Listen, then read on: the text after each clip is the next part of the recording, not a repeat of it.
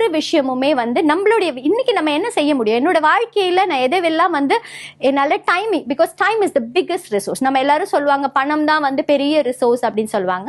ஆனா உண்மையிலே வந்து நம்மளுடைய நேரம் எதுல செலவிடப்படுகிறதோ அதை பொறுத்துதான் நம்மளோட வாழ்க்கை வருகிறது. இன்னைக்கு 1 day and 2 days எத்தனை நாட்களை நம்ம வந்து கரெக்டா யூட்டிலைஸ் பண்றோமோ, பர் டேல எத்தனை ஹவர்ஸ் நம்ம ப்ராப்பரா யூட்டிலைஸ் பண்றோங்கிற கால்குலேஷன் நமக்குள்ள வந்துருச்சுன்னா நம்மளுடைய நேரத்துடைய மேலாண்மை வந்துடும். ஸோ டைம் மேனேஜ்மெண்ட்ல இருந்து இந்த டைம்குள்ள, ஏன்னா நிறைய அச்சீவ் பண்றவங்க எப்படி அச்சீவ் பண்றாங்க, என்னால வந்து எதுவுமே செய்ய முடியலையேன்னு நினைக்கிறோம்னா அதுக்கு ஒரே ஒரு விஷயம் தான், நமக்கு நிறைய நேரம் இருக்கு, அந்த நேரத்தை எப்படி வந்து ப்ராப்பரா யூட்டிலைஸ் பண்ணணும் அப்படிங்கறது யோசிக்கிற மாதிரி நம்மளோட ஆட்டிடியூட்.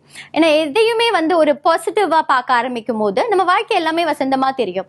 எதையுமே வந்து இது நம்ம எடுத்துட்டு தோல்வி அடைஞ்சா என்ன செய்வோம், இதை பார்த்து 4 பேர் நம்மளை பார்த்து சிரிப்பாங்களே, இந்த மாதிரி நிறைய விஷயங்கள் தான் வந்து நம்மளுடைய வாழ்க்கையை ஸ்லோ பண்றதுக்கான விஷயங்கள். So ஆட்டிடியூட்னல் changes. ஸோ நிறைய விஷயங்கள் என்னோட ஸ்டூடெண்ட்ஸ் நான் சொல்லிக் கொடுக்கும் போதும் அதுதான் சொல்லிக் கொடுப்பேன். பிகாஸ் கல்யாணம் பண்ணிட்டு ஏன்னா ஒரு டாப்பரா இருப்பாங்க, ஒரு பெரிய PhD இருப்பாங்க, பட் ஆஃப்டர் லைஃப் அந்த இருக்கிற சிச்சுவேஷன்ஸ்க்கு எல்லாருமே மாறிடுவாங்க. So it is equalled. ஒரு பர்சனும் வந்து ரொம்ப விக்டோரியஸா இருந்துக்கலாம். ஸோ மற்றவங்க நம்மளை எப்படி பாக்குறாங்கிறத பொறுத்தே நம்ம வாழ்க்கை அமைஞ்சா நம்மளுடைய வாழ்க்கை மற்றவர்களுடைய வாழ்க்கையா இருக்குமே தவிர நம்மளுடைய வாழ்க்கையா இருக்காது.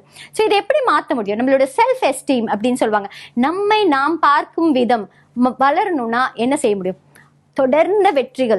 தொடர்ந்து வெற்றிகள் அடையணும்னா நிறைய தோல்விகள் வரணும். அந்த தோல்விகளை சந்திச்சுட்டு சிரிச்சுட்டு போற மனப்பான்மை வந்துடுச்சுன்னா ஆட்டோமேட்டிக்கலி நம்மளோட வாழ்க்கையில நிறைய வெற்றிகள் அமையும். ஸோ வெற்றிகள் அமைகிறதுக்கும் நம்மளோட செல்ஃப் இமேஜ் வளர்றதுக்கும் என்ன விஷயம் அப்படின்னு கேட்டோம்னா, என்னுடைய ஸ்கூல் டேஸ்ல இருக்கட்டும், என்னுடைய காலேஜ் டேஸ்ல இருக்கட்டும், நிறைய விஷயங்கள் வந்து என்னையே அறியாமல் நான் என்னை எக்ஸ்போஸ் பண்ணிக்கிட்ட விஷயங்கள், நிறைய மேடை பேச்சுக்கள். ஸோ ஒவ்வொரு விஷயமும் நம்ம வந்து கிளாஸஸ் எடுத்துட்டு படிச்சுட்டு அதோட சேர்ந்து நம்ம காம்படிஷன்ஸ்க்கும் போகணும், இந்த மாதிரி நிறைய விஷயங்கள் போறதுக்கான நேரங்கள் இருக்கும். ஸோ அதை நம்ம வந்து ஃபேஸ் பண்ண ஆரம்பிச்சிட்டோம்னா நம்மள வந்து as many opportunities நம்ம ஃபில் பண்ணிக்கணும்.